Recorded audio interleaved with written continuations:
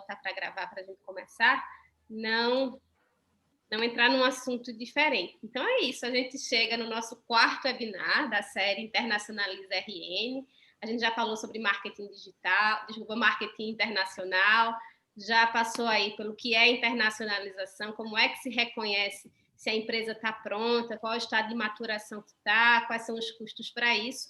E aí hoje a gente entra num ponto que é muito, muito importante, que são os aspectos legais, os aspectos práticos para se internacionalizar.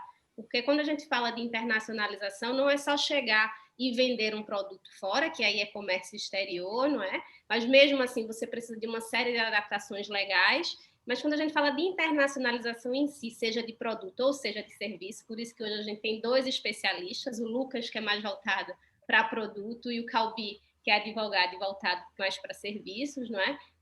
Tem uma série de aspectos que você precisa padronizar para entrar em outro país, para fazer com que seu produto ou que seu serviço seja competitivo e que obedeça os aspectos legais, não é? A regulamentação daquele país. Eu vou agradecer de novo a rede que se formou para que a gente consiga falar sobre internacionalização no Rio Grande do Norte. Tem aí o Rodrigo, né, que é do Parque Tecnológico, mas agora é diretor da Repin, ou seja, temos atualizações.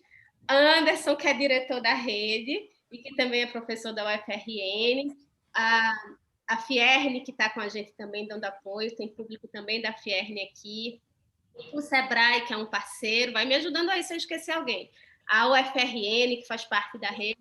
De novo, é muito importante reforçar que quando a gente tem o Estado todo, a Secretaria de Desenvolvimento Econômico do Estado, a Prefeitura de Natal, quando a gente tem o Estado todo se movimentando para facilitar a internacionalização, para levar conhecimento, para fazer capacitações, para que as empresas do Estado, seja elas de tecnologia ou seja elas tradicionais, tenham um apoio para chegar fora do país, para ser competitivo, é muito, muito bacana, porque a gente chega fora com muito apoio. Então, hoje a gente vai falar dos aspectos práticos e legais.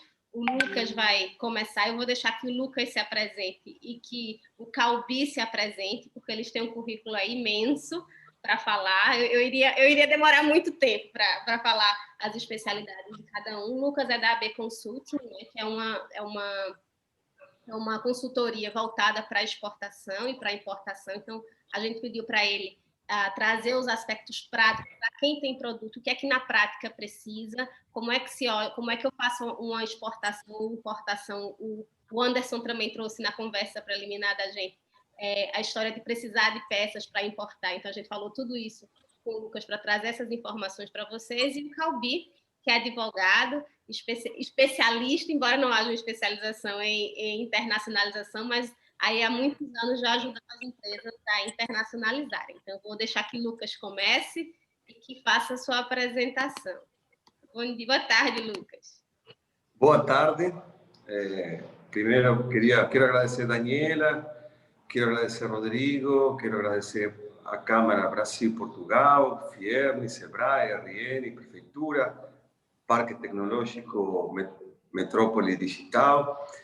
Eu quero agradecer a vocês o convite e também quero parabenizar pelo trabalho que está sendo feito nessa rede para dar suporte para as empresas do nosso estado e que essas empresas consigam ser mais competitivas e que consigam sim exportar seus produtos. Então, vocês estão de parabéns pelo trabalho que estão fazendo.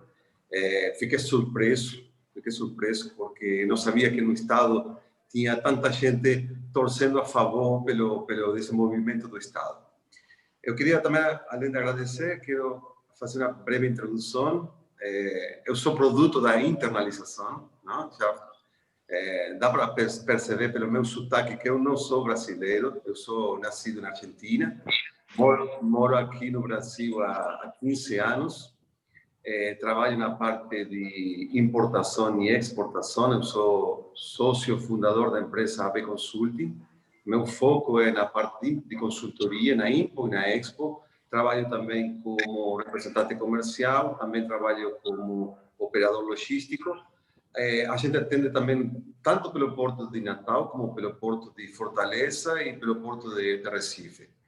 Eu quero fazer essa introdução precisamente pelo Porto de Natal, porque tem muita gente, e precisamente gente que é de outra área, que não sabe que o Porto de Natal hoje opera com uma linha de 2.000 TU de forma semanal e ele atende todo mundo, desde costa leste dos Estados Unidos até China, Índia.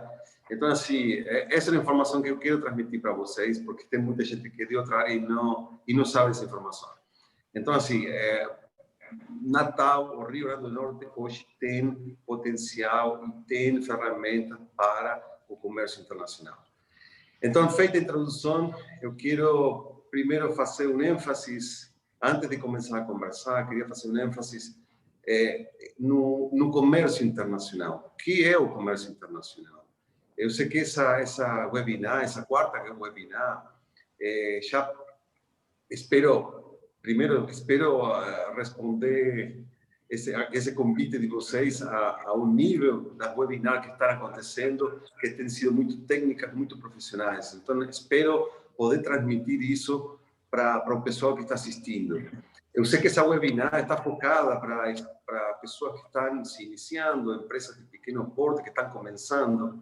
Então, meu objetivo é tentar transmitir um pouco da minha experiência diária, da minha experiência profissional. E se eu conseguir, com minha experiência, transmitir para eles e encorajar eles a fazer uma exportação ou uma importação, eu vou estar mais do que satisfeito. Então, antes de tudo, eu queria citar aqui o comércio internacional. O que é o comércio internacional? Para mim, o comércio internacional, quando eu fecho os olhos e penso no comércio internacional, eu me imagino muitos países, muitos idiomas e muita gente. É isso que eu imagino com o comércio internacional. Eu sei que eu sou suspeito. Os recursos da Secretaria de Educação em favor dos. Eu sei que eu sou suspeito de falar, porque eu sou formado em comércio exterior e eu acho que o comércio exterior, além de oferecer a rentabilidade, um lucro, um mercado, te oferece outras alternativas, que são o fato de conhecer gente, o fato de conhecer novos mercados, o fato de poder crescer a nível internacional. Então, basicamente, internalização, e já entrando no assunto da internalização, a internalização basicamente hoje é a adequação de nosso produto para um novo mercado. Quando falamos de TI, que é o produto no qual que vocês trabalham, que é o produto de vocês, eu quero tentar fazer alguns exemplos práticos para tentar situar você no mercado de importação e exportação. Aqui, falando do Rio Grande do Norte, a gente tem uma produção de, vamos supor, por exemplo, melão. O melão de Mossoró, é um melão produzido no estado, ele tem 14% de BRICS, ele sai do Rio Grande do Norte, ele vai para a China, vai para a Espanha, e ele continua sendo um melão com 14% de BRICS. No caso do produto de vocês, é diferenciado, porque já a internalização não seria como o próprio melão. A internalização de vocês requer uma mudança estrutural no próprio produto, tanto na empresa como no produto. Hoje, internacionalizar um produto na área que eu trabalho é bem mais simples. Por quê? Como é que funciona? Eu pego uma mercadoria, coloco dentro de um container, coloco num navio, faço a exportação, emito a documentação e a mercadoria fisicamente sai do país com destino Europa, por exemplo. Só que essa mercadoria ainda continua sendo minha, porque eu tenho a documentação, está comigo. Eu operacionalizei essa exportação. No caso de vocês, é um mercado jovem, é um mercado novo, é um mercado que está crescendo, é um mercado que tem interesse a nível nacional. Os países hoje estão brigando por esse mercado, está crescendo de forma exponencial. Então, a finalidade hoje é normatizar esse mercado, é regulamentar esse mercado. Quando falamos de exportação, é fácil quando falamos de mercadoria. No caso de vocês, a exportação, e me refiro a esses empresários de empresas de pequeno porte, que têm interesse em descobrir um novo mercado, que têm interesse em explorar um novo mercado, qual é o conselho que eu dou?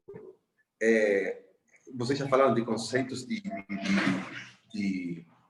de preparação, de estudo de mercado, de técnica de marketing, de técnica comercial, mas o foco, eu meio que me distraí um pouquinho aqui na conversa, mas eu quero voltar ao foco da internalização. Eu não tenho muita experiência com webinar, então peço até desculpas, não? Que a falta de experiência de tentar transmitir o meu dia a dia para vocês. Eu quero encorajar vocês para fazer exportação. Não é um bicho de 7 cabeças, para nada. Lógico que vai requerer de nossa atividade seja feita de uma forma profissional. Precisamos que nosso produto, na hora de ser internacionalizado, que ele seja internacionalizado. Por exemplo, a gente está falando de um produto que hoje atende o mercado local e que vai ser, ele é autossuficiente no mercado local. Hoje, esse produto de vocês está no idioma português, e quando a gente pensa em internacionalizar, e vamos supor, no caso aqui de Portugal, a gente já tem uma diferença linguística com Portugal. A gente fala o português brasileiro, quando em Portugal se fala o português ibérico. Então, a gente tem fatores que devem ser ajustados, tanto no produto como na empresa. Eu acho que a internalização é uma evolução. Não existe, não é uma matemática, não é uma ciência exata. Eu não posso dizer 2 mais 2 é 4 e vai por esse caminho que vai dar certo. A internalização é uma cobrança diária, é uma evolução diária, é uma adaptação diária da empresa e do produto. De repente, uma empresa que nunca nem pensou em fazer a internalização, de repente, com a primeira exportação, já está se internacionalizando. Simplesmente pelo fato de ter vendido esse produto para o exterior, ela já se internacionalizou. Então, assim, o que eu digo, não existe um caminho, não existe uma regra. Existe a evolução que leva a esse mercado internacional. Tem diferentes alternativas de internacionalização. A internalização pode ser feita de forma direta, que seria uma simples exportação, pode ser através de uma joint venture, pode ser através de representantes, ou pode ser a própria implementação de uma empresa no exterior.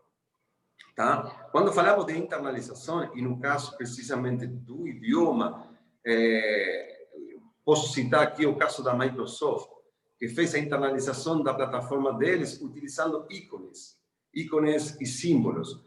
Isso permitiu que a internalização fosse a nível global, porque até idiomas como chinês ou japonês tiveram a possibilidade de interpretar essa plataforma da Microsoft, simplesmente porque eles utilizaram a internalização através de símbolos. Então, basicamente, a internalização seria isso, seria a possibilidade de levar nosso produto, que é um produto autossuficiente no mercado local, e poder conquistar um novo mercado. Tá? Hoje o foco está sendo Portugal, através da Câmara Brasil-Portugal, mas não podemos esquecer da adequação desse produto. Qual é a vantagem da internalização para a nossa empresa? Primeiro, que nos permite o quê? Minimizar os custos, nos permite ampliar nosso faturamento, nos permite fazer... De repente, temos produtos que são cíclicos, são produtos que são temporários. Por exemplo, você pode hoje ter um TI, que é um produto, por exemplo, um produto poderia ser, vamos supor, um curso de dança, e que seja implementado na praia para o veraneio. Então, você, estando internacionalizado com esse produto, você vai poder aproveitar o veraneio, vamos supor, no Brasil e o veraneio na Europa. Então, você vai ter como massificar essa possibilidade desse mercado, não? Como chegar a ser mais produtivo. Eu quero hoje a parte de TI, a parte de produto, a parte de serviço, ela está gerando uma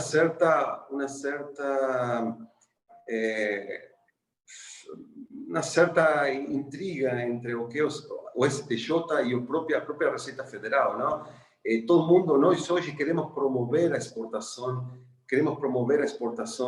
de produtos de TI, mas o governo hoje precisa regulamentar e precisa normatizar a exportação, precisamente porque a exportação ela vai gerar recursos para o país, ela vai gerar ingresso de divisa para o país. Então, a Receita Federal precisa normalizar e precisa regulamentar isso, precisamente para não perder o controle. Hoje é muito difícil controlar esse tráfico de TI, esse tráfico de software. É muito difícil. Só que o governo, além de querer controlar e de querer normatizar e de querer regulamentar esse mercado, é bom para vocês também pelo fato de que você vai ficar amparado, você vai ficar juridicamente com um marco jurídico de proteção. Porque se hoje comparamos a exportação de uma mercadoria que eu coloco em um navio, que eu faço a documentação, eu tenho controle sobre essa mercadoria. Essa mercadoria vai chegar no país de destino final e se tiver algum problema, a documentação está comigo. Se o cliente não me pagar, eu pego a mercadoria de volta. Essa mercadoria ainda está comigo. Mas no caso de vocês que trabalham com software, que a gente não tem como materializar, como colocar em uma caixa, enviar para você, para o exterior e esperar o pagamento.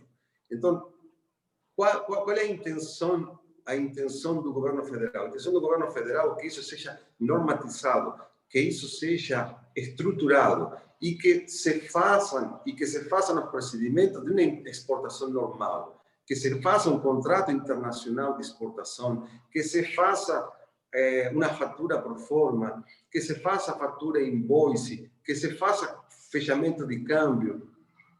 Eu não vou ser hipócrita que isso é só para dar garantias a vocês de quem vai exportar.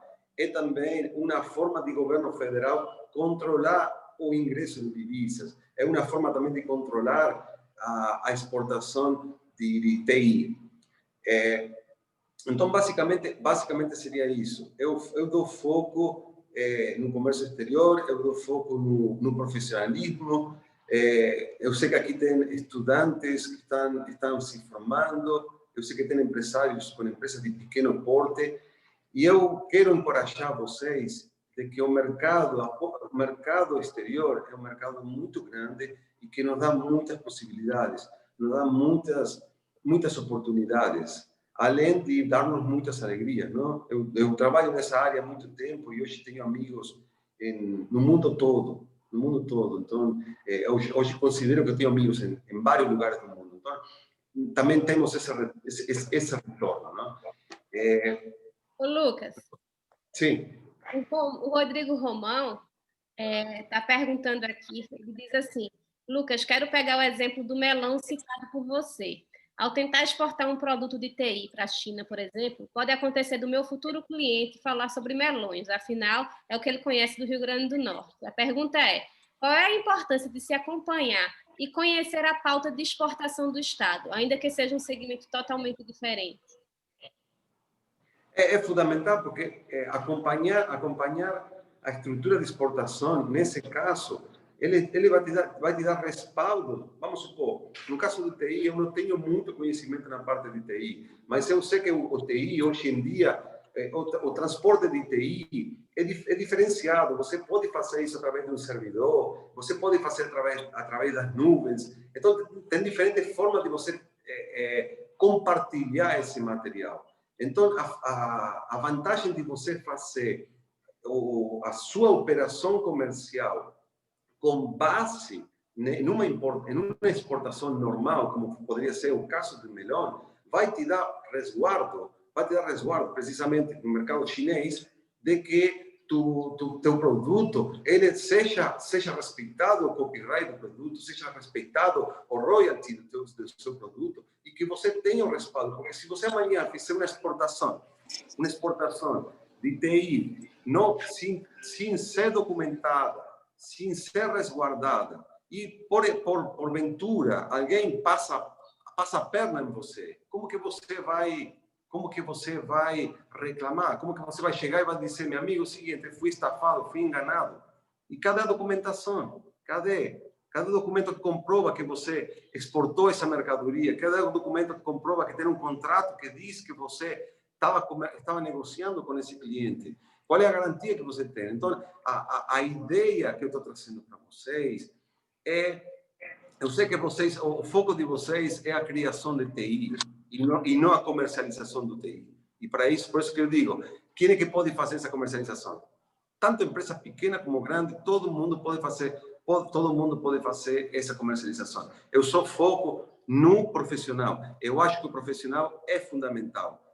Você não é obrigado a saber tudo o que engloba a comercialização internacional. Mas eu acho que se você tiver um produto competitivo e você, dono de uma empresa, ou você terciarizar para um profissional e fazer a coisa certa, eu acho que não tem por que dar errado. Então, eu acho que basicamente é isso. O caminho da exportação para vocês, da forma legal, da forma que indica a lei, além de ser uma garantia, uma segurança para vocês, vai dar para vocês consistência na exportação, vai dar consistência, vai abrir o mercado, vai possibilitar de que vocês comercializem seus produtos para milhares de clientes, para milhares de consumidores que tem no mundo todo. Ou seja, eu acho que hoje o comércio internacional ele está limitado por nós. Não está limitado por outro fator. Eu acho que o comércio internacional está limitado por nós. Eu já tenho feito negócio até com russos, tenho feito negócio com o mundo todo. Então, eu acho que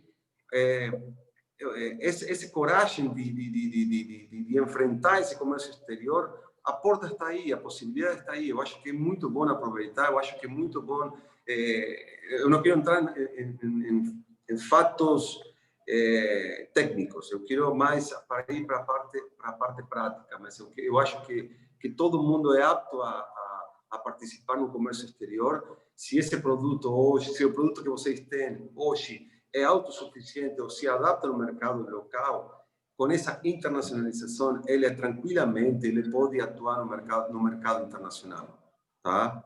Eu vejo aqui uma pergunta sobre o Cisco Servi. O Cisco Servi precisamente era para regular a exportação de serviços. Hoje o Cisco Servi não está sendo mais utilizado, que era um programa no qual você tinha que registrar a exportação. Hoje esse programa não está funcionando mais. Por outro lado, também, eu não sei se respondi a pergunta que o colega tinha feito, não sei se já ficou claro, porque eu já continuei conversando outro assunto, não?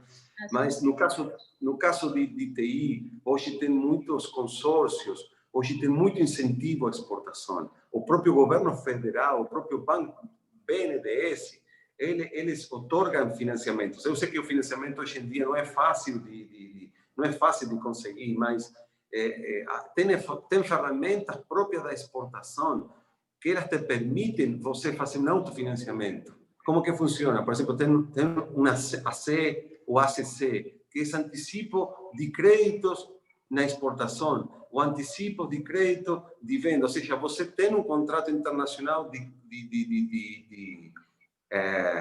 venda e você pode tranquilamente antecipar esses recursos para autofinanciar a exportação.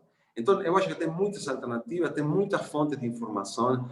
Eu sei que seu segmento de TI, 80% do material disposto hoje no mercado é em inglês, 80%. É pouco material que a gente consegue no nosso idioma. Então, por isso que eu aconselho, pensa em internacionalizar, por que não internacionalizar não só no português ibérico, por que não fazer diretamente no inglês? Que você já vai atingir um público, de forma mais abrangente. Aproveitar esses consórcios, aproveitar hoje a tributação do TI, ela não tem incidência quanto ao PIS, PASEP e COFINS. Isso aqui, essa tributação, nesse caso, pelo fato de não se aplicar, termina sendo um incentivo para a exportação. Ou seja, a possibilidade de você poder exportar e você adquirir um recurso do exterior e fazer a internalização do recurso, do seu lucro, sem pagar esse imposto, isso aí já também é um motivador para sair a procurar esse tipo de parcerias, esse tipo de mercado, não? E eu acho que Calbi vai poder entrar bem nessa parte mais legal. Acho que foi uma excelente entrada, Lucas, para a gente entender a importância de não se fechar no nosso próprio mercado, não é? Entendendo que seja fazer comércio exterior ou propriamente internacionalizar, que aí às vezes a gente tem, dependendo da definição, internacionalizar como ter a planta da empresa, um escritório da empresa em outro país, mas sobretudo entender que o que é que eu quero, qual é o objetivo, né? E procurar os meios de fazer com a maior segurança possível, porque não adianta a gente querer pegar um recurso que às vezes não é grande, não é um recurso escasso, e querer abrir um mercado, onde, por exemplo, em Portugal, que não se conhece muito bem, não tem um estudo de viabilidade, só para estar em outro país. A gente sabe que quando a gente tem uma operação fora, aumenta também o valuation da nossa empresa dentro do nosso país, né? A gente consegue mais facilmente aí ganhar licitações, mas, lembrando sempre o que você disse, é muito, muito importante se cercar dos cuidados, se cercar de todos os aparatos. Por isso, essa live falando exatamente desses aspectos práticos. Eu vou, então, deixar aqui o Calbi se apresente também e faça essa auto-apresentação e já entre nesses aspectos mais práticos, né, legais. O Lucas falou aí exatamente desse dia a dia, e aí eu queria que você trouxesse esse outro lado, Calbi, das leis, da regulamentação internacional, não é? Como é que eu entro num país e obedeço todas as legislações, se preciso fazer isso antes, se preciso fazer isso depois, como é que funciona. Então, vou jogar para você agora, tá bom? E quem tiver dúvida, já tem aqui outra pergunta aqui para o Lucas, mas aí eu vou deixar as perguntas para o final, tá certo? Para que a gente consiga ter essa apresentação completa de vocês. Então, é isso. Muito bem. Muito bem. Então, muito obrigado pela oportunidade de participar deste webinar. Inicialmente, agradeço a todos os componentes dessa webinar tão bem elaborada, né? A minha ideia é me apresentar inicialmente, então vamos lá. Meu nome é Calbi Arraes Júnior, ou José Calbi Arraes Bandeira Júnior. Eu sou advogado no Brasil e em Portugal.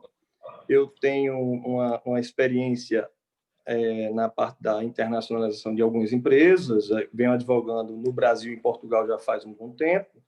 Tenho a minha especialidade em gestão portuária, sou MBA em gestão portuária. Fui advogado do Porto Suape pela assessoria da Arraes Ribeiro, minha empresa, há tempos idos de 2009 a 2011. Tive algumas outras experiências com relação a assessorias jurídicas internacionais e trouxe, com isso, a bagagem, o interesse de estar sempre divagando e acionando o direito dentro das especialidades internacionais. Bem, dentro do ambiente que me foi passado desta webinar, trata-se do ambiente tecnológico, né? Temos aqui as ideias bem colocadas, e aí eu peço vênia a todos para que, assim que eu puder colocar aqui uma apresentação em PowerPoint, não sei se já está com a Daniela. Oi. Já está disponível. Está disponível o PowerPoint aí, Dani? Aí eu botei para tu compartilhar a tua tela. Tu consegue compartilhar? Então, não consegui. Não consegui. Então, vou pegar aqui. Vá falando aí que eu vou... Tá? Mas não precisa nem... Pronto, aí você coloca, não tem problema. Então, o que acontece? A minha ideia principal é desmistificar a história da dificuldade em que se tem em se ver no mercado nacional e querer se colocar no mercado internacional, querer colocar a sua empresa a fazer a internacionalização, querer ser o produto estado em outro local, em outra nação, em outro país, e fazer com que este produto possa ter sucesso. Não adianta você implementar a situação sem ter os devidos cuidados. Não adianta você entrar no mundo internacional sem entender aonde está pisando. Em primeiro lugar, os parâmetros legais são importantes, as primeiras análises, os contratos que corroboram com o início de toda a ideia, o sonho, exemplo das startups, porque as startups se encontram o quê? Num ambiente de quê? De incerteza e inovação. Ela se coloca no ambiente em que se tem a necessidade e as ideias, há uma movimentação da economia imensa, envolve o interesse social de desenvolver novos projetos, há um interesse de se colocar novos produtos que podem, sim, revolucionar a vida de todos que os rodeiam. Então, é um nicho que, felizmente, tem tido uma atenção especial desses últimos governos no nosso país, e, em especial, nesses últimos 8 anos, nós tivemos uma boa evolução na parte que trata do direito de informática, do direito internacional, que envolve a proteção de dados, o que envolve também as facilitações de exportação de produtos nacionais que sejam desenvolvidos em nossa tecnologia, e em outros termos que se colocam à disposição de todos que querem fazer o seu processo de desenvolvimento internacional ou internacionalizar. O que é que nós temos em princípio? Nós temos aqui a necessidade de preencher alguns pequenos requisitos que não são tão difíceis, mas sem o conhecimento se tornam. A partir do momento em que você passa a entender que a organização jurídica das próprias startups minimizam as dificuldades em receber investimentos e de se desenvolver, você passa a encarar os gastos, os custos iniciais, não como despesas, mas como um meio de se precaver e de trazer uma sólida informação do seu produto e, assim, atrair os investidores, sejam eles anjos, sejam eles parceiros em contratos em conta de participação, sejam eles empreendedores virtuais e assim sucessivamente. Tendo essa visão, tendo esse arcabouço jurídico que se alicerçou no passar dos anos, que, ao se pensar que a tecnologia está voltada apenas nesses últimos anos, não, nós temos o interesse de desenvolvimento há um bom tempo. Só que sempre se teve o quê? A incerteza, o ambiente não estava propício ao desenvolvimento. Hoje, nós temos várias iniciativas correlatas acontecendo no nosso ambiente jurídico e tecnológico, onde passamos a desenvolver e verificar nos centros de desenvolvimento tecnológico em nosso país um avançar da assertiva de requerer o seu espaço no mercado, porque as startups hoje movimentam mais do que o Brasil. As startups do Brasil, as empresas de tecnologia, se colocam no patamar entre as mais incentivam o mercado internacional, dada a sua capacidade técnica, dada a condição dos ambientes que ainda são as condições dos ambientes que se colocam à disposição para desenvolvimento das tecnologias existentes, assim como o arcabouço que hoje o Estado encara, na verdade, como sendo as perspectivas necessárias para o desenvolvimimento das tecnologias. Estamos aí num ambiente muito, muito interessante quanto à legislação, que está vindo aí desde abril de 2019, com a Lei Complementar 167, que instituiu o Inova, né? O Inova Simples, que traz uma série de modificações que trazem um apoio legal às startups, que se colocam... eu não estou conseguindo ver a minha imagem. Vocês estão me vendo? Está conseguindo ver a imagem? Estou compartilhando a tua apresentação. Certo. Então, vamos passar para isso. Mas só para terminar o raciocínio aqui com relação a isso, o Inova Simples trouxe, sim, o desenvolvimento em várias searas da aplicação da tecnologia de forma mais simples e os gargalos que existem para desenvolvimento. Quais são esses gargalos? As burocracias de abrir uma empresa, fechar uma empresa, de se fazer, colocar no mercado de forma tranquila e, assim, ter a segurança jurídica necessária para a atração de investimentos para os projetos que sejam anjos ou etc. Vejamos aqui.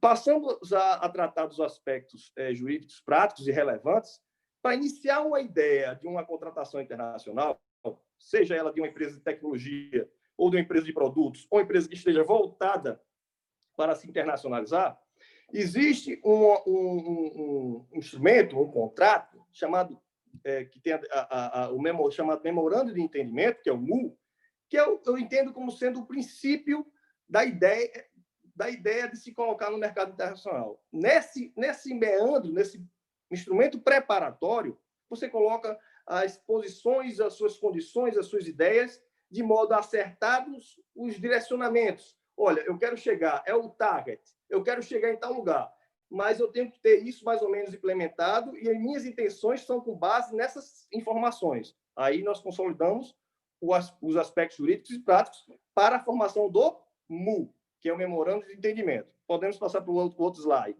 só para a gente já passar para a parte de conversações. Pode me ajudar, Daniela, para o próximo slide?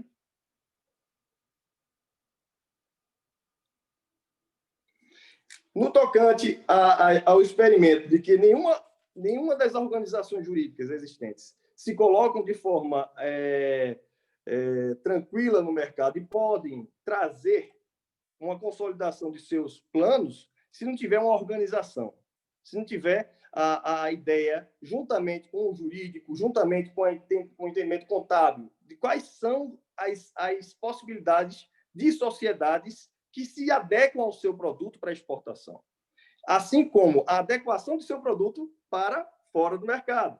Saber se há legalidade nesse ponto. Então, é um ponto que deve ser estudado com relação à escolha do tipo societário que nós temos aqui. O EIRELI, temos a Limitada, temos as SAs, temos a questão das LTDAs, que são, já falei, as limitadas, e os MEIs, né, no caso. Mas também nós temos agora a ideia do Inova Simples, que entra como uma categoria específica para as empresas de tecnologias, de tecnologia que se encontram num momento de inovação e incerteza. Podemos passar para o próximo slide, doutora? A propriedade intelectual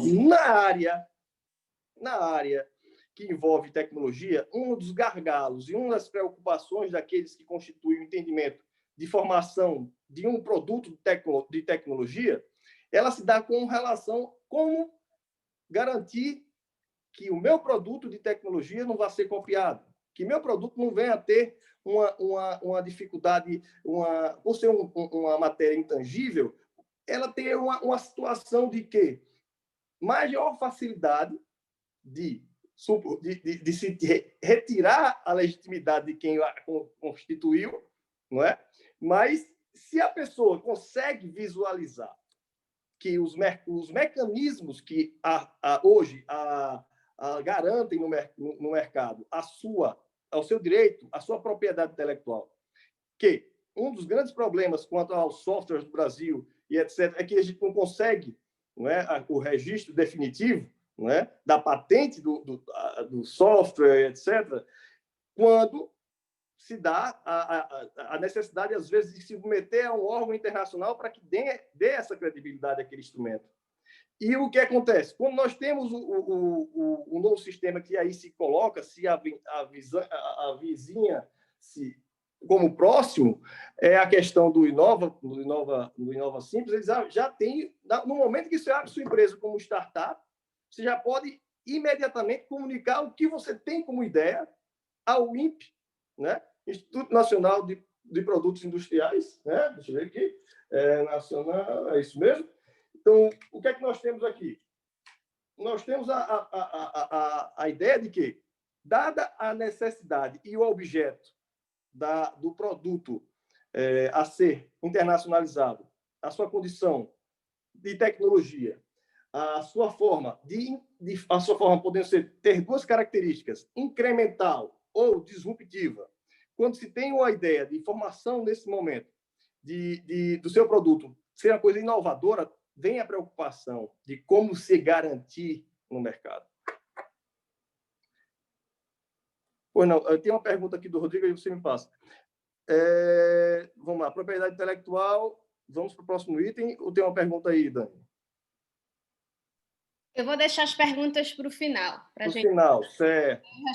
O Lucas entra também e responde as de Lucas, para fazer tudo certinho para o pessoal que vai acompanhando já entender sobre propriedade intelectual, para ter esse checklist completo. Ótimo, vamos lá.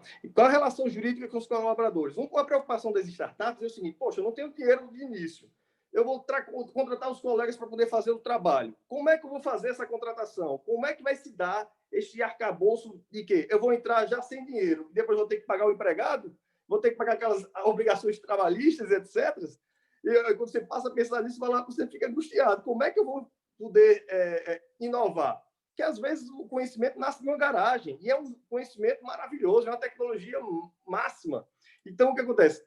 A relação jurídica que vai ser implementada no seu projeto de desenvolvimento nacional ou de internacionalização deve se permitir fazer o estudo de como vai ser realizada essas contratações. E hoje nós temos vários mecanismos que trazem a proteção tanto do produtor, tanto do colaborador, quanto do cientista, como da computação, como daquele que apenas desenvolve o trabalho para que aquela incrementação do sistema possa ser realizada.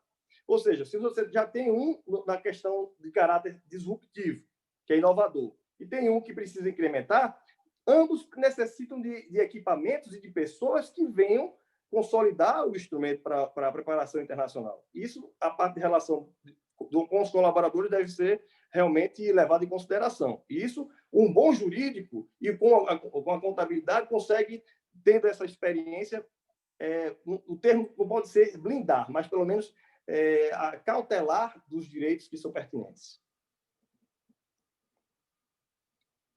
Relação contratual com os investidores. Pronto.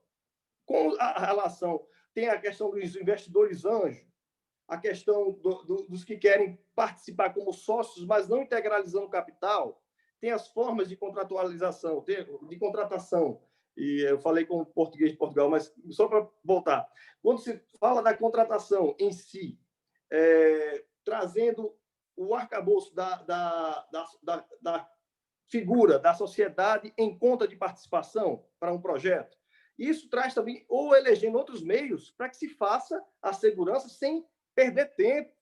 Ou seja, caros, me perdoe o juridiquês, a fala meio rebuscada, mas é do termo da prática, mas o que eu quero dizer é o seguinte, é que não há dificuldade na internacionalização, sejam estes produtos com essa nova vivência que nós temos tendo aqui, com esse tempo que hoje nós temos e as facilitações que nós temos, que daqui para o dia 18 de novembro já temos a questão da regulamentação definitiva, a abertura do Inova Simples e outros pontos, a iniciativa das discussões do marco legal das startups, que é algo inovador, é algo que vai trazer o nosso ecossistema de atuação do direito das startups, ou os startupeiros, a evolução da tratativa e a dinâmica nessas contratações. Então, esta nuance contratual tem que ser observada, mas não tenham medo. A questão é ver o momento certo para cada produto. Isso não é difícil de se fazer e não tem bicho de sete cabeças. Vamos lá para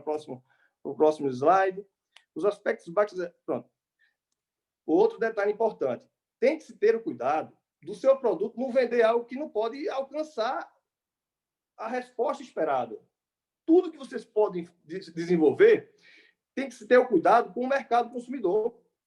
Você não pode vender algo que não vai ter uma implementação imediata, que não vai ter algo que realmente venha a ser tangível quanto à sua eficácia. Eu não posso vender um terreno na Lua, dizer que meu projeto vai conseguir mudar o processo de cisão nuclear com um teclado do celular, do computador. Não tem. Então, é algo que nós temos que ter a base legal. Saber o que nós estamos ofertando, mesmo sendo inovador, saber das consequências que pode chegar, para que isso, no meandro do investimento internacional, no caso da internacionalização, o investidor tenha mais segurança em fazer o aporte de capital. Entendem? Então, se nós temos a segurança atrelada às contratações, nós temos como atrair maiores investidores e investimentos com base nessa estruturação. Bom, quando a gente fala da importância da lei das startups como organização jurídica das startups, minimizando as dificuldades em receber investimentos e se desenvolver, é simples. Você investe em algo que você não tem com segurança, você investiria o seu valor de economia em algo que não se tem segurança? Até investiria, se tivesse uma razão técnica que me consolidasse no mercado, que me dissesse que é algo tão inovador que não existe, mas existe a possibilidade. Se a possibilidade é palpável e essa regulamentação estruturada está com base no princípio da própria tecnologia, nos métodos, no modelo de negócio, de produção, dos serviços, dos produtos, todos esses estando em consonância com a aplicação ou aplicabilidade destes, trazendo isso instrumentalizados em contratos, isso traz o quê? A empresa que queira desenvolver a segurança dessas situações. Tá? Então, é importante sempre abalizar essa questão desse contrato de início, MU, entendimento, a parte que vai fazer o NDA, que vem no Disclosure Agreement, do qual você fala que tem uma especificidade muito importante na área de tecnologia, que poucas pessoas fazem o NDA e percebem que tem que colocar a questão da impossibilidade da engenharia reversa. Porque as pessoas fazem o NDA, manda a informação, às vezes por boa-fé do seu produto, da sua tecnologia, passa para o cidadão de outra natureza, ele, com a facilidade das informações, diz que não quer mais um negócio e, com aquelas informações, ela faz o cálculo e faz a engenharia reversa e consegue lançar na frente daquela pessoa que não está capitalizada. E é injusto isso acontecer.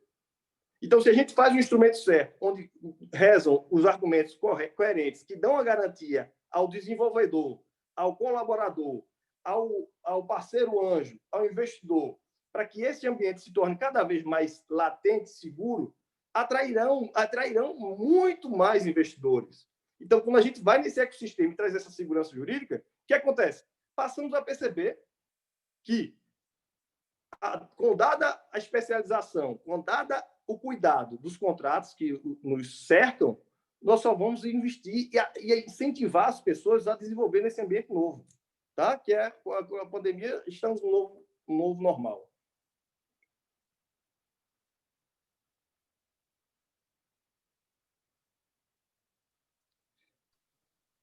Eu acho que a apresentação vem só até aqui, Calbi. Tem mais? Pronto, então, vamos até aqui. E aí, se voltar as perguntas com relação à minha posição quanto ao Inova, Simples, contra as modificações que estão vindo com base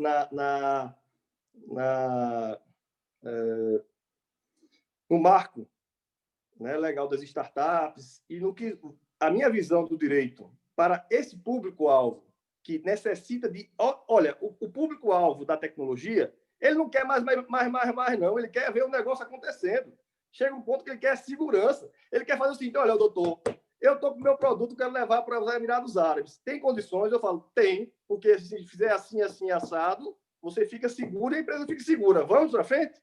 Aí vai. Agora, se você chega assim para uma situação com a tecnologia, isso aqui cabe para tal área de atuação e que é proibida aquela circulação de mercadoria, eu vou dizer também, em parecer, que não é interessante fazer.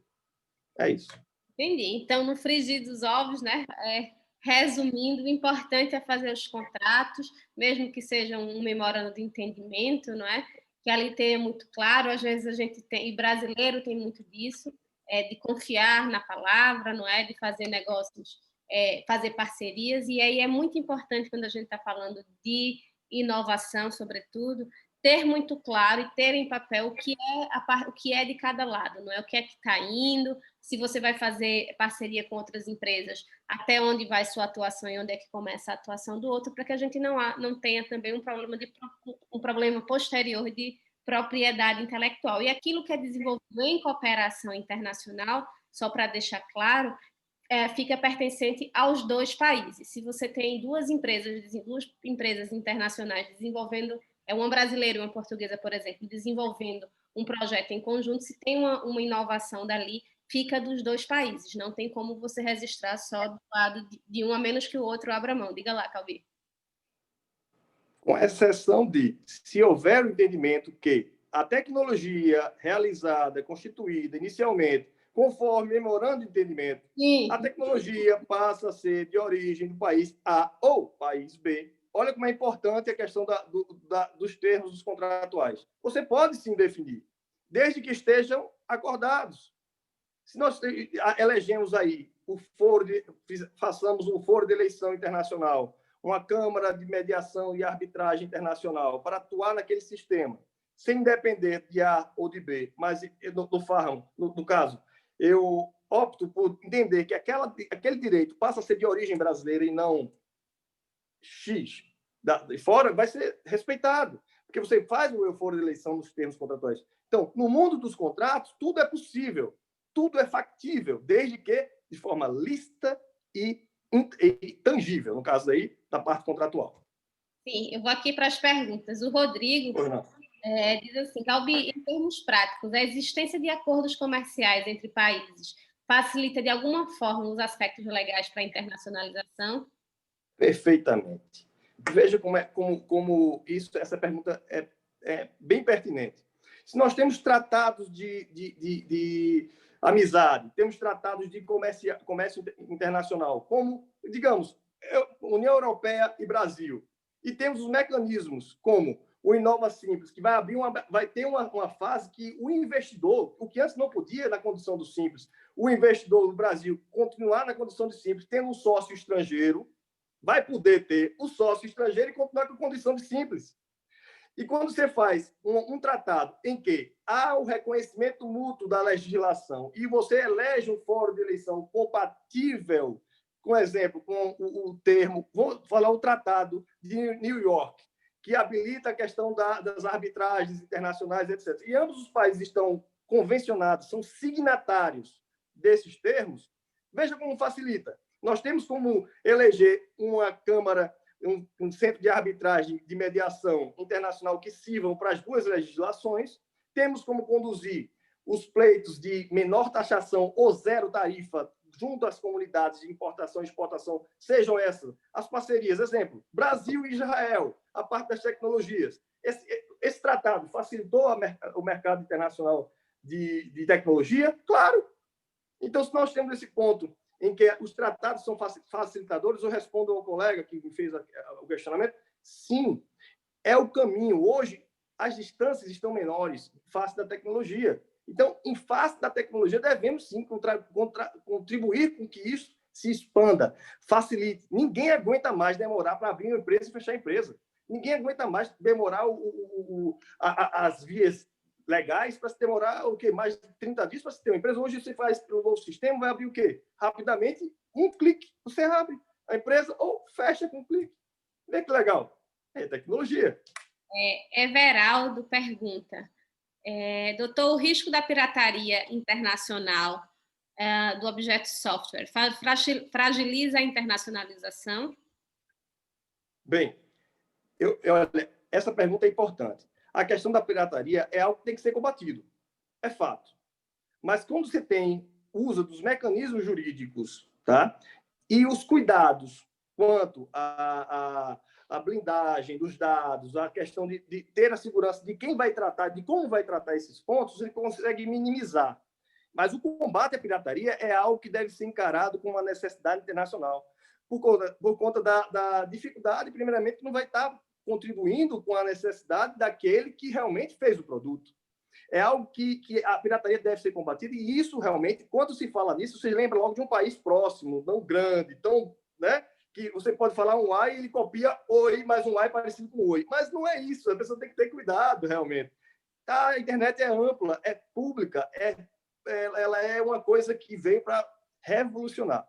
Entende? Então, eu acho que, sim, respondendo a pergunta do colega, sim, temos que combater a pirataria, e essa situação de pirataria, para alguns países que não combatem, que não tomam cuidado, que não dão uma punição séria para isso realmente vai repercutir nas contratações, vai repercutir, sim, ou positivamente, se tiver um meandro de cuidados da própria força estatal de controlar essas situações e punir de forma mais severa, ou outros meios que hajam nesse sentido, para que facilite e a pessoa ter mais segurança. Pronto, eu vou aplicar o meu produto de tecnologia em um país que não tenha segurança, ou num país que me dá tudo e ainda me dá segurança? Bem, respondi a pergunta. Nós combatemos a pirataria nesse sentido e temos mecanismos para isso, tá? Legais.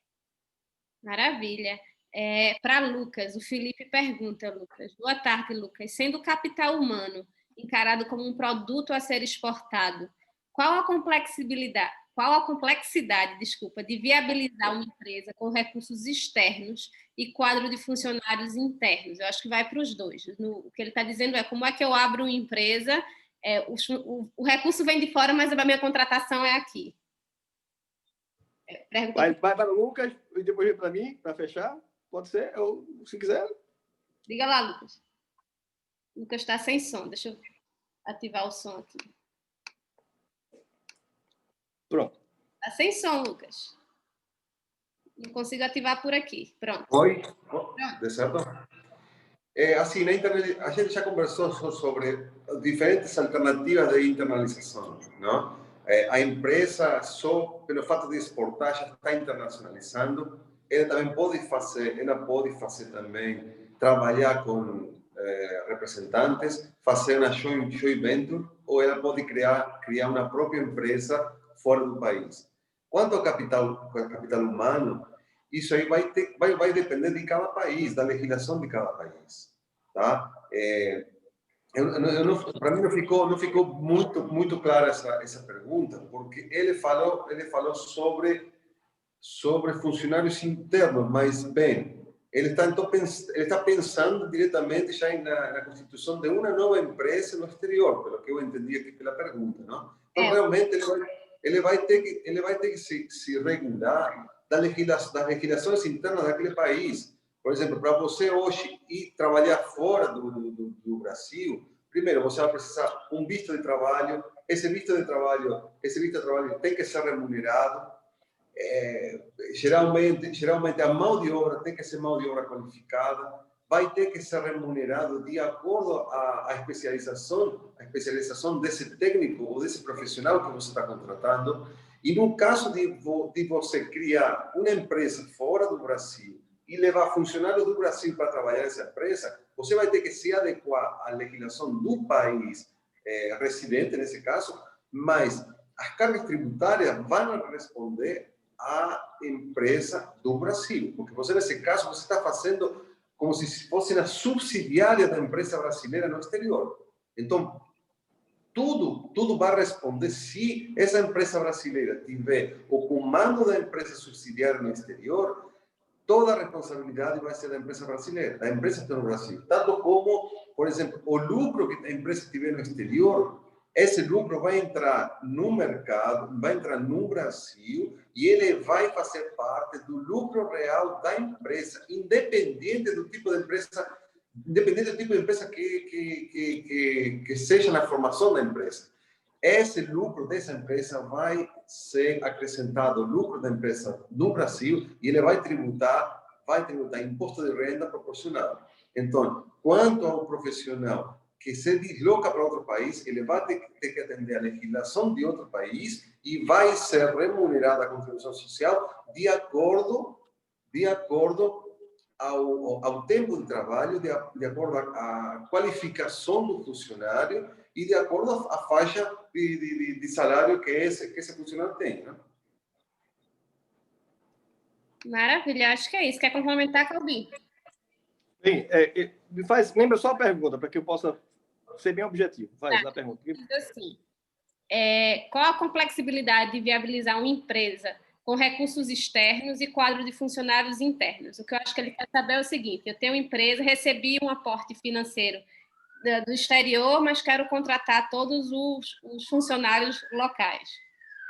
Bem, vamos lá. Temos que visualizar o cenário. A empresa é de quê? É tecnologia, produtos ou serviços? Ou de tudo? Responde aí, colega. Quem está perguntando? Vamos lá. Porque, dependendo da situação, você pode contratar, por exemplo, de TI. Pronto. TI você pode contratar em Israel, você pode contratar na Índia, você pode contratar nos Estados Unidos e fazer contratos de prestação de serviço internacional à distância. A contratação e viabilidade dessas contratações vão depender do destino final a que se refere tal tecnologia. Se você fala do Brasil, se é para levar do Brasil para fora, ou trazer de fora para o Brasil. Trazer recursos de fora para o Brasil é uma dificuldade. Hoje, mas está mudando, a legislação vai mudar muito. Tem muita coisa boa aí na questão do Inova Simples. Por exemplo, se você consegue, você vai ter uma linha, vai ter créditos específicos de investimento, você consegue trazer os recursos como aporte de capital, seja pela contratação em conta de participação, seja a própria contratação da empresa, na sociedade simples, como eu disse anteriormente, que antes não podia o sócio lá fazer parte da sociedade aqui e integralizar capital. Então, se você faz isso, mesmo sem perder o simples inicialmente, para acrescer, né? E até mesmo tem uma liberação pela nova legislação de até 81 mil para negociar inicialmente os valores, os produtos de tecnologia de TI, para se ter um teste inicial. Fora isso, tem a adequação da vinda desses materiais para o Brasil, sejam aporte de tecnologia propriamente dita, é equipamentos, é apenas dinheiro. Temos que levar daqui para lá ou de lá para cá. Então, tentando te responder de forma ampla, porque a pergunta ficou um pouco meio assim, mas eu vou tentar ver o que eu consegui te definir. Dinheiro, apenas para simplificar. Pronto, dinheiro, beleza. Dinheiro. Ótimo. Se você... Veja que coisa linda. Se você está no Brasil, com a empresa de tecnologia já definida, e está com um projeto desenvolvido, fez um MOU, desenvolveu o contrato, fez a trazida desse sócio investidor, o sócio anjo, a justificativa de tal recurso pode ser para a integralização do capital da empresa no Brasil, que aí vai se ter incentivos para que isso aconteça, porque se você está incentivando uma modalidade que necessita de recursos para tal, tem os mecanismos de justificação desses valores. Então, fica fácil de investir nesse sentido, com esse conhecimento jurídico? Sim. Não há dificuldade. De fora para lá, você tem a sua empresa mesmo. Você está levando para Portugal, exemplo, sua empresa. Você tem a sua empresa, abre uma nova empresa em Portugal, ou é uma empresa que vai ser filiada, vai ser filial da sua aqui, mas sem natureza portuguesa, mas com base legal brasileira. Fazer como... Toda essa situação tem que ser analisada. Mas se você é uma empresa individual aqui e abre uma empresa individual lá, você tem como condições de remeter seus valores de você para você mesmo, declarando os valores, tudo certinho, junto à receita, etc., fazendo a justificativa do investimento, você pode fazer também. Aí a sua empresa não retrata isso aí. Precisa de investidor anjo, também tem a contratação. Então, o que eu quero dizer? Hoje, não se tem essa dificuldade de aporte de capital para investimento, para crescimento, desde que preencham os requisitos pertinentes à legalidade. Se seu mecanismo hoje de tecnologia necessita de investimento, ela precisa se adequar à legislação do país de origem e do país que vai. Esse estudo de análise, chama-se análise preliminar de negócio, se faz. E aí se tem o aparato para você investir e crescer. Não se preocupe. Faça. A ideia é o seguinte: quem é especialista em tecnologia, faça tecnologia. O restante, a sua assessoria jurídica lhe ajuda. Não vai ser por falta de orientação que vai se deixar de ganhar, trazer o dinheiro. Não vai, porque olha, mudou muito, tá? Vamos lá. Felipe agradece. Fala, Felipe. Ele falou outra coisa, tem outra perguntinha de Felipe aí antes. Não, ele estava falando que era de de tecnologia. Depois o Evandro faz um comentário dizendo que o futuro pertence às empresas que conseguem explorar o potencial de centralização nos seus processos. Até a FADA Reengenharia e outras incentivadas destinadas a dar forma aos negócios e às organizações já se transformaram o processo de trabalho. Agora é necessário transformar as pessoas que trabalham nelas para conseguirem um conjunto capaz de desempenho superior. Eu acho que as perguntas aqui foram respondidas, né? Acho que botaram aqui, a gente está chegando no nosso... Fadada, desculpa, Evandro. Acho que a gente conseguiu aqui fazer um checklist do que pode fazer do aspecto legal. Vou deixar aqui que o Rodrigo, se quiser... Já está acabando, já? Já acabou, tem uma hora certinha. E aí eu vou aproveitar... Faça umas perguntas, minha gente. Faça umas perguntas. Vou deixar o contato de vocês para quem... As pessoas estão presentes, se quiserem entrar em contato, o Calbi responde para vocês, o Lucas, que tem muita experiência em produto, responde também. E aí eu já vou dar um spoiler do último webinar que a gente vai ter para fechar essa série. A gente vai trazer o presidente da Câmara Portuguesa para falar dos modelos de entrada em Portugal. Então, quem quer efetivamente entrar em Portugal, a gente vai trazer todos os caminhos, quais são os financiamentos que se tem, como é que se consegue, ou se você não vai para o financiamento, se você já tem capital, como é que você consegue investir, chegar em Portugal como empresa, conseguir o visto de residência, como é que você consegue chegar em Portugal. E vai trazer também, como a cena é de tecnologia, como a gente tem aqui, a maioria das empresas participando são empresas de tecnologia, né, são startups, a Alemanha é um cenário que recebe muitas empresas, muitas startups. Berlim é o que a gente chama de joia da coroa do ponto de vista de inovação. Então, a gente vai também, vai vir o pessoal do Sebrae para mostrar os caminhos para as startups que querem entrar na Europa, não por Portugal, mas pela Alemanha, que é outra porta de entrada de inovação muito forte. Então, nosso último é mostrando literalmente o caminho das pedras, quais são os 2 países de inovação mais fortes que as startups brasileiras conseguem entrar. O pessoal aqui agradecendo muito, o Luiz da Fierna agradecendo. Obrigada, Luiz, pela presença. O Abner está dizendo obrigado também a todos. Felipe perguntando se essa apresentação ficará disponível em vídeo. Ficará sim, Felipe, gravado. Depois o Parque disponibiliza para vocês, como sempre, o apoio aí do Rodrigo fundamental. E eu vou deixar, então, que Rodrigo faça as honras da casa e termine. Em nome da Câmara, muito obrigada ao Lucas, ao Calbi, por ter aceitado de imediato participar aqui com a gente. Eu espero que tenha sido esclarecedor para vocês também, como foi para mim. Diga lá, Rodrigo.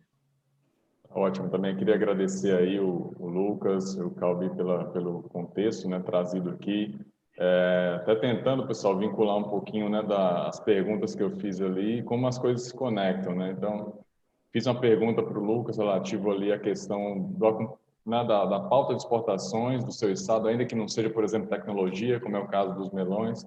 Mas vejam só como é interessante que vocês conheçam, porque talvez é por meio de uma pauta de exportação dessa que vocês vão conseguir ver, por exemplo, um acordo comercial entre Brasil e China relativos a qualquer coisa que seja e aproveitar exatamente disso para que a China ou outro país entre no seu roteiro de priorização para internacionalizar, já que existe uma aproximação entre os países, né? Então, vejam só como é que os pontos se conectam, e essa era a ideia dessa webinar por aqui, e acho que foi trazido de forma excelente aí pelos nossos 2 palestrantes, a quem eu agradeço também a toda a rede que está aqui presente, novamente lembrando da Fierne, do Pax, do Sebrae, o FRN, a Repin, o Anderson, que agora é o nosso embaixador aí do Internacionaliza RN, está comandando daqui para frente, todo mundo que esteve aqui, né, nessa sexta-feira conosco, eu agradeço a presença de todos.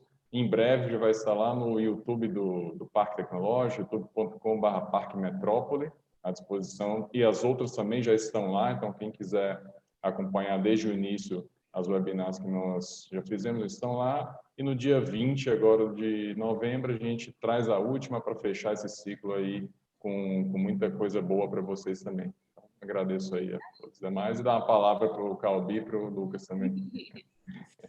Obrigado, Rodrigo, pela oportunidade, e Desculpe não responder a sua primeira pergunta, porque não teve a oportunidade de falar do LGPD, né? Mas aí vai deixar para a próxima oportunidade. Outra coisa que eu esqueci de dizer é que eu sou vice-presidente da Câmara de Comércio em Angola, Brasil, também, que é parceira, e ela também está participando aqui na divulgação interna para os países da Angola, e no caso, e outros países da África, que estão também assistindo essa webinar. Então, eu cumprimento aqui as pessoas da Angola e ao presidente da Câmara de Comércio Angola, Brasil, Eduardo, assim como o escritório nosso em Portugal, que eu faço parte, Dr. Rui Gomes da Silva, meus cumprimentos pela condição de estar como advogado em Portugal. E, além disso, a condição de agradecer a todos e obrigado pela paciência e que todos tenham um dia de luz e um final de semana abençoado por todos, por Deus. Obrigada, Calvi, a gente agradece.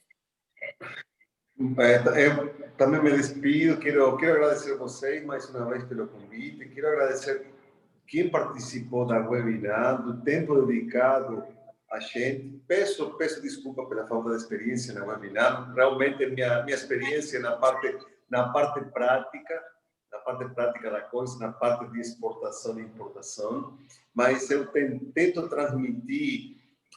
transmitir e encorajar a esse pessoal que é focado na parte de TI, que o mercado não é só o mercado local, existe o mercado internacional e aconselho e estimulo a que seja explorado, porque o retorno não vai ser só retorno financeiro, são vários os retornos que o mercado internacional pode chegar a dar para você e pode chegar a dar para a sua empresa.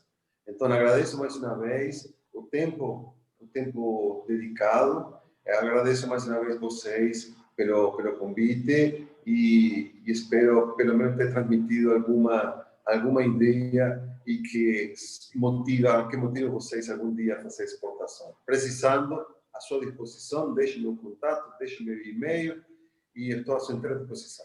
Tá bom? Agradeço. Anderson, obrigada, Lucas. Obrigada. Dani, só uma coisinha. É agradecer a Dionise, que é a minha assessora, por ter feito rapidamente esse PowerPoint, a Dionise e a Letícia, são pessoas da minha estrutura de Pernambuco, que eu tenho a intenção também de agradecer, porque elas realmente fizeram rapidamente isso na última hora.